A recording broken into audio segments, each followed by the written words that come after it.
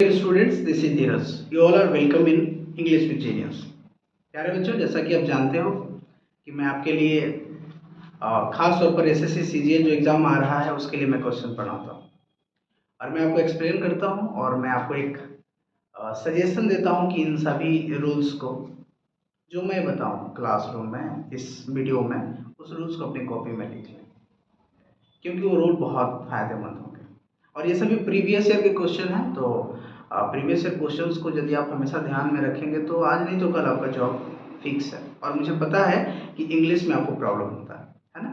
तो इंग्लिश के प्रॉब्लम को हम लोग सॉर्ट आउट करने वाले हैं। एक दिन में नहीं होगा, लेकिन एक दिन जरूर होगा, आज कल। लेकिन जब हम डेली मान लो कि मैं आपको 5, 4, 2, 3 क्वेश्चन करा रहा हूँ, तो यदि मैं 3 महीने भी लगातार कर रहा हूँ तो 100, 150, 200 आपको इंग्लिश के रूल्स अच्छे से पते होंगे, ठीक ना। इस एक वीडियो को देख करके नहीं चले जाना है कि अरे ये बस ये एक वीडियो है, 2-3 क्वेश्चन देखेंगे चले जाएंगे, नहीं। आपने कॉपी को निकालो। मैं फॉर्मली बोल रहा हूँ कि मैं बहुत सीरियस हूँ आपके स्टडी को लेकर के और मैं डेली वीडियो बना रहा हूँ और मेरा पूरा प्रयास है कि मैं उन बच्चों को हेल्प करूँ और जो बच्चे यूट्यूब पर आकर के सोचते हैं कि उनको क्वालिटी कंटेंट मिले। तो क्वालिटी कंटेंट के लिए आप यहाँ पर संपर्क कर सकते हैं, ठीक है। मैं बहुत बोल रहा हूँ, आइए क्वेश्चन को करते हैं। आज का क्वेश्चन क्या है कि आपको करेक्ट ऑप्शन पिकअप करना है। ये पिकी वायरस का क्वेश्चन है, देखते हैं ना, अरेंजमेंट वाला। ये पिकी वायरस वाला क्वेश्चन है, ये सबसे प्रॉब्लमेटिक होता है।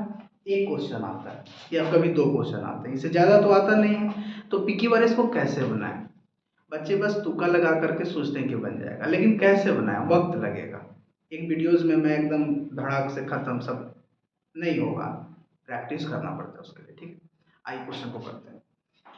क्वेश्चन में क्या है ना, हमारे पास ये अलग अलग 4 सेंटेंसेस दिए हुए हैं और हमें पता करना है कि चारों सेंटेंस को यदि हम एक साथ असेंबल करें तो वो किस फॉर्म में आएंगे। इस फॉर्म में आएंगे या फिर इस फॉर्म में आएंगे या फिर इस फॉर्म में आएंगे या फिर इस फॉर्म में आएंगे, ठीक है ना। तो आइए शुरुआत करते हैं। पहला क्या सेंटेंस बोल रहा है कि प्रोड्यूसिंग न्यू फ्लेवर्स। फ्लेवर मतलब अलग अलग प्रकार का फ्लेवर्स चीज़ें बन रही हैं, चाहे वो आइसक्रीम खा रहे हैं, चाहे कोई भी खाना प्रकार हो, अलग अलग फ्लेवर के खाने होते हैं ना। सो कह रहे हैं कि producing new flavours, new colours and new textures to meet that demand. देखो मैं की पॉइंट बोल रहा हूँ, यहाँ तक मेरे वीडियोस को देखो ना, की पॉइंट है। सेंटेंस के अंदर में यदि दैट आ गया ना तो वो सेंटेंस जनरली पहला सेंटेंस नहीं हो सकता है। क्यों नहीं हो सकता है? क्योंकि दैट का मतलब ही कि इससे पहले उसके बारे में बात की गई है ना, कि this book is very very useful for me, that book I bought from that store. मैं उस स्टोर से खरीदा था। तो उस पहले एक बार बात होगी उस वस्तु की या कोई चीज की, और दोबारा जब उसकी बात होगी तो उसके लिए किसका इस्तेमाल होगा? दैट। तो अक्सर दैट जब आता है तो समझो कि इससे पहले इसकी बात हुई है, यानी कि दैट कभी ना कभी होगा, तो पहला सेंटेंस नहीं होगा, ठीक है ना, ध्यान रखिएगा। ये तो पहला सेंटेंस नहीं हुआ और मैंने बहुत अच्छे से इसको कट किया है। And business persons were all too eager to meet that. इसमें भी दैट है। सभी बिजनेस पर्सन इतने एगर हैं, इतने उत्सुक हैं कि उस डिमांड को पूरा किया जाए। कौन सा डिमांड अब तक पता ही नहीं चला, है ना। आगे आते हैं। They all are looking for more exotic products. और सभी के सभी लोग क्या कर रहे हैं ना, एक्सोटिक प्रोडक्ट्स के फेर में लगे हुए, उसको ढूंढ रहे हैं। यहाँ पर भी क्या लगा हुआ है? दे लगा हुआ है। ये कौन लोग हैं? दे तो प्रोनाउन है, दैट तो प्रोनाउन है, और प्रोनाउन से सेंटेंस शुरू नहीं होता है, नाउन से सेंटेंस शुरू होता है, ठीक है ना। और नाउन के बदले में जो आता है उसको प्रोनाउन करते हैं, यानी कि पहला बार नाउन आएगा, फिर जब बार बार नाउन की बारी आएगी, जैसे कि राम आम खाता है तो राम इट्स अ मैंगो, वह मेरे साथ सोता है, ही स्लीप्स विथ मी, वह मेरे साथ खाता है, वह मेरे साथ दौड़ता है, वह मेरे साथ, तो बार बार मैं वह लगा रहा हूँ। लेकिन शुरुआत में मैंने क्या लगाया था? नाउन लगाया था, राम लगाया था।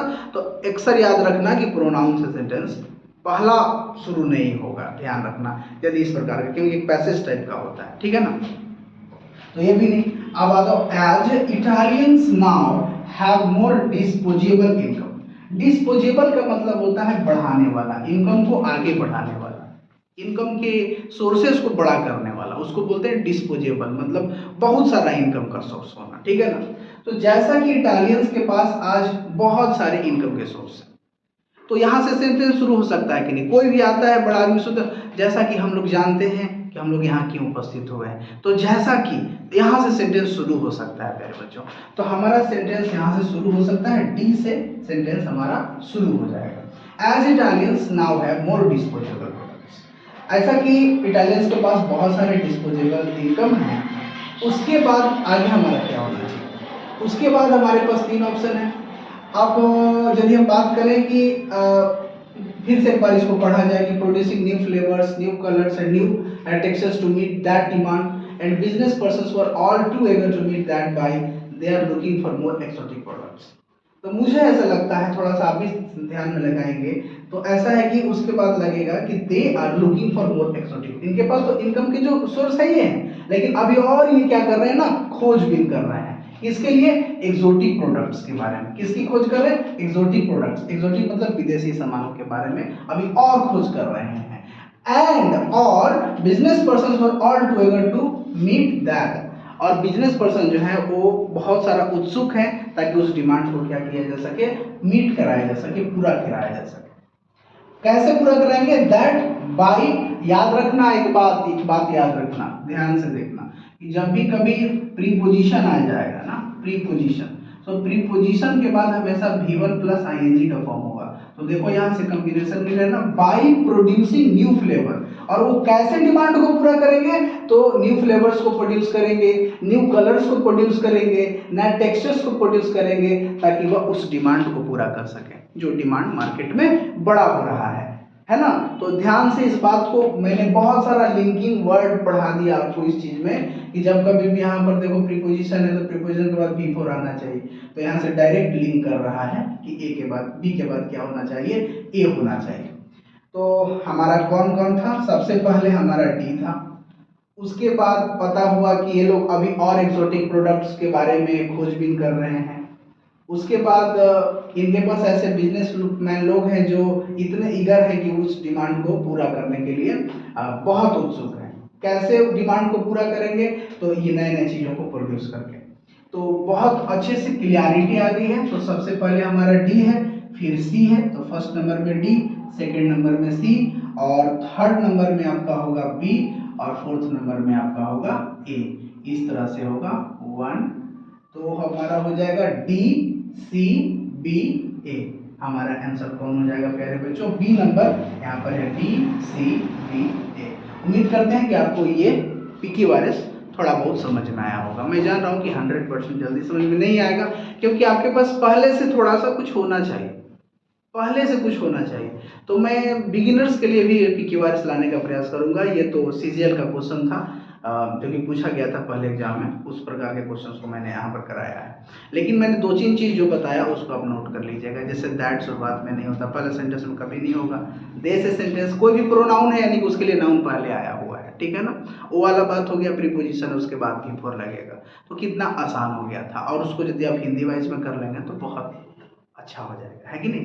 उम्मीद करते हैं कि आपको वीडियो अच्छा लगा होगा, और ऐसे ही मेरा सपोर्ट करते रहें, ऐसे ही कमेंट करते रहें, और ऐसे ही जैसे कि आप व्हाट्सएप पर कुछ क्वेश्चंस हमसे पूछते हैं तो मुझे अच्छा लगता है। जो नए बच्चे हैं उनके लिए मैं फिर से नंबर लिख देता हूँ 8210226183 पर आप व्हाट्सएप करें। आपके किसी भी इंग्लिश एग्जाम का क्वेश्चन हो, कोई भी एग्जाम, प्लीज़ आपका स्वागत है, आप पूछिए ना, मैं आपको बताने का इंतजार कर रहा हूँ, मैं बताऊँगा। Thank you so much for watching this video.